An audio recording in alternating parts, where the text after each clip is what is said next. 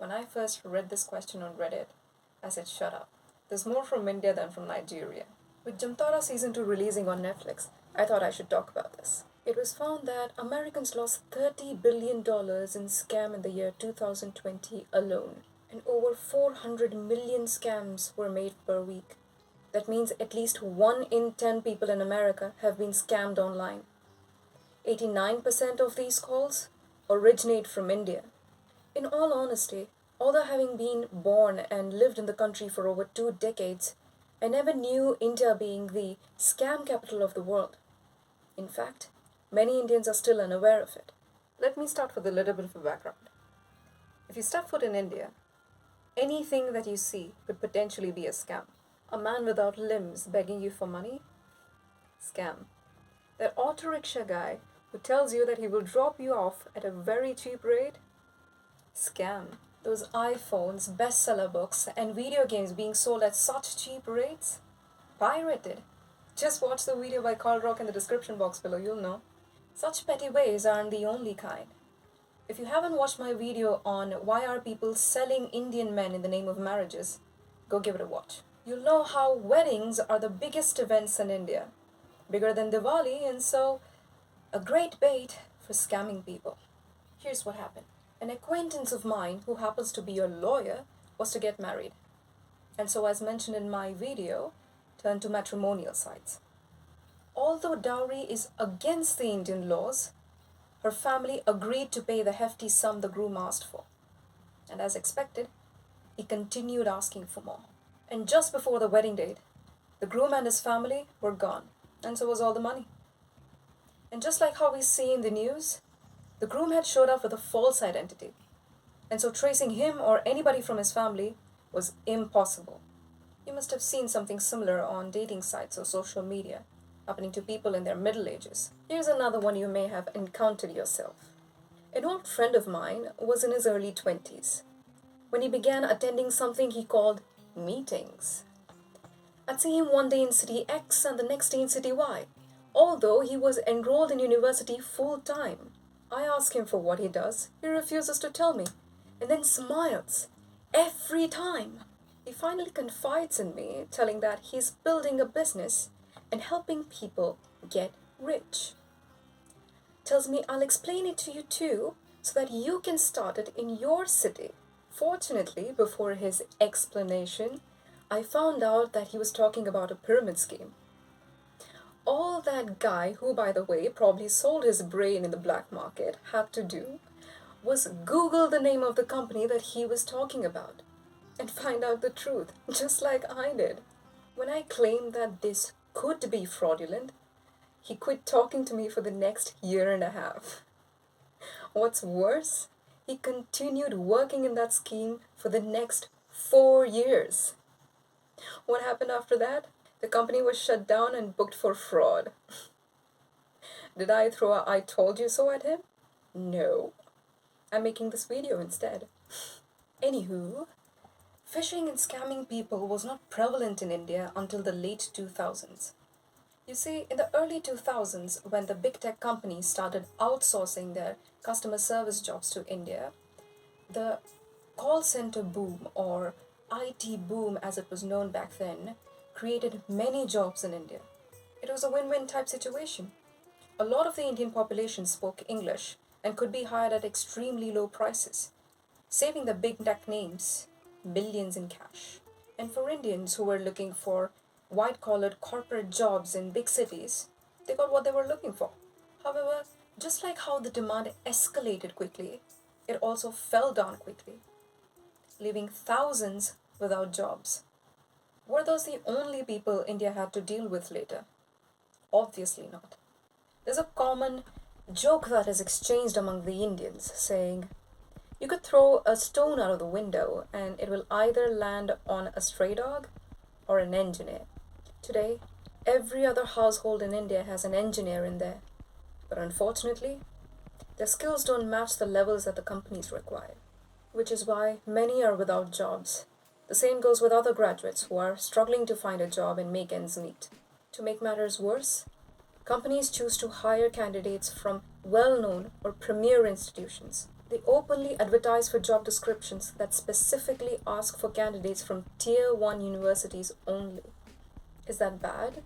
Well, you see, universities can only accommodate a certain number of students each year, and often cost high if they are well known. Meaning, people who cannot afford such schools, who you may have understood by now will be too many in number in a country like India, will choose to go or join the university they can afford to go to. There are other reasonable factors that come into play while choosing a university, by the way. So you see, this is blatant discrimination between people because those from affordable or local universities with real caliber do not get the jobs they deserve, and so they have to resort to something else.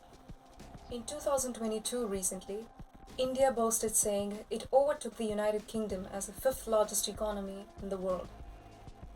Twitter exploded, with people responding to such tweets with images of people suffering due to poverty, saying income per capita of this country, though, is outrageously low. You see, 90% of the country's employment lies in the informal and unorganized sector, which means jobs can be unsecured, underpaid, and have low chances of re-employment. A lot like zero-hour contract, but not with a recognized establishment. In August this year, the country saw a spurge in post-COVID formal job creations, but it only employed just a teeny tiny number of all the employable people in India.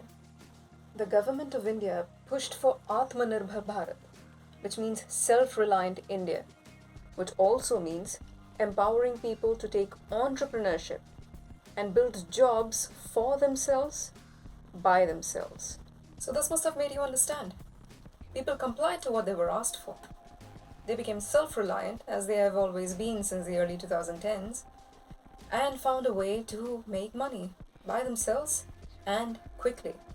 Well, the scamming system required no extra investment, just your brains and the phone you've already paid for. Well, at least that was the case for the well-known Jamtara scandal, where the 17-year-olds from the village in Jamtara in the northern states of India called random people using their cell phones. They faked prize winner scenarios or said that the users' cards have been blocked or expired and would require their card information to release these funds or unblock these cards. All kinds of people fell for it, from an uneducated street vendor to the police commissioner, especially when it was all new and not many people knew about such scams.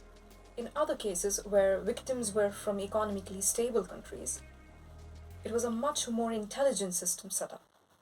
People over the age of 50 who are generally not very tech savvy were the ones targeted. How were they reached out to? Well, many ways. It could be when, let's just say, they searched for an antivirus renewal on a search engine and found an ad as their top result. They click on it and land on an official looking website with a toll-free number. Same goes with pop-up ads visible on our everyday online articles. When the person calls this number, it redirects to a different Indian number, which is not visible on the caller ID. There you go. They've reached the scammer. The other could be of leads generated through previous employees of large tech companies who steal company and customer information before they quit. This data containing customer information is either sold for a price or utilized to set up their own scam center. Irrespective of what way is chosen, the victim's computer system is accessed, meaning the scammer takes control of the target's computer system and initiates the transaction. You should watch the documentary made on this. I've put it in the description box down below. Because people over the age of 50 in these countries live alone, have good money, and do not have anyone to ask for help immediately when they are subjected to such scenarios, they become the perfect target. Why aren't they being caught and put behind the bars? Well, that's where it gets interesting. If you've watched the viral videos of YouTubers busting these scammers, you'll know how, despite having all the evidence to put these scammers behind bars, all they could achieve was a raid in the building and nothing else. The scamming operations are later resumed from another building within the next few days in the same location. Why is it so difficult to eliminate them? Although the country has set up a cybercrime bureau, the laws have remained pretty much the same since 2008. That's about 12 years ago as of today. Meaning, they are not the match to the technological advancements of this era. Picture this. Now, here I'm going to specifically address international scams, where victims are living outside of India. If you've watched scam beta videos, you will notice how the scammer always makes sure that he makes up the need to purchase the product and clearly asks the victim if he or she wants to purchase the product and asks to share the screen and asks if he or she wants to proceed with the payment. So you see, in a way, it is a kind of a verbal contract of buying and selling established between the two parties. But one party receives the payment while the other does not receive the product promised. So you see, it's a mere breach of contract and not exactly cheating according to Section 415 of the Indian Penal Code. It may be considered deception, but to establish this, the seller, who happens to be the scammer in this case, should have shown deceptive behavior during the deal or in the contract. It is only deemed cheating if the product is not delivered. Now, if you go back to the scam beta videos, you will notice that even if the entire call is recorded and presented before the court, no sign of deceptive intentions will be found, nor can you prove that the product was not delivered. You don't have receipt to prove that you paid for this purchase, nor do you have eyewitnesses. Any of those scam beta angels may be your eyewitnesses, but clearly they gained access to yours and the scammer's computer systems without consent. Therefore, they are hackers and must be imprisoned according to the Indian laws. You see how messed up that is? There's more. Now let's just assume for a minute that the court made an exception and accepted your recorded video as an evidence. But what will you book the scammer under? The Indian Information Technology Act 2000 supplies various cybercrime laws, but Section 43 of this act clearly states that all such acts must first and foremost be performed without the consent of the owner or person in charge of the computer or computer system. Remember, the scammer had asked you to share the screen access code. Checkmate. Now let's talk about Section 6060 of the IT Act 2000. It says, whoever, by means of any communication device or computer resource, cheats by personation, shall be punished with imprisonment of either description for a term which may extend to 3 years, and shall also be liable to fine which may extend to 1 lakh rupees. The scammer seems to have a thick Indian accent, but his name is John Smith. Might sound shady, but how will you know what his or her real name is? The number you called was a toll-free number, which redirected itself to an Indian number which you cannot see, therefore cannot trace, and so can never know who you were on a call with. Unfortunately, these are the only options one has to file a case against these scammers, and will be unsuccessful. No other laws specifically attack such scams, and so the scammers walk free.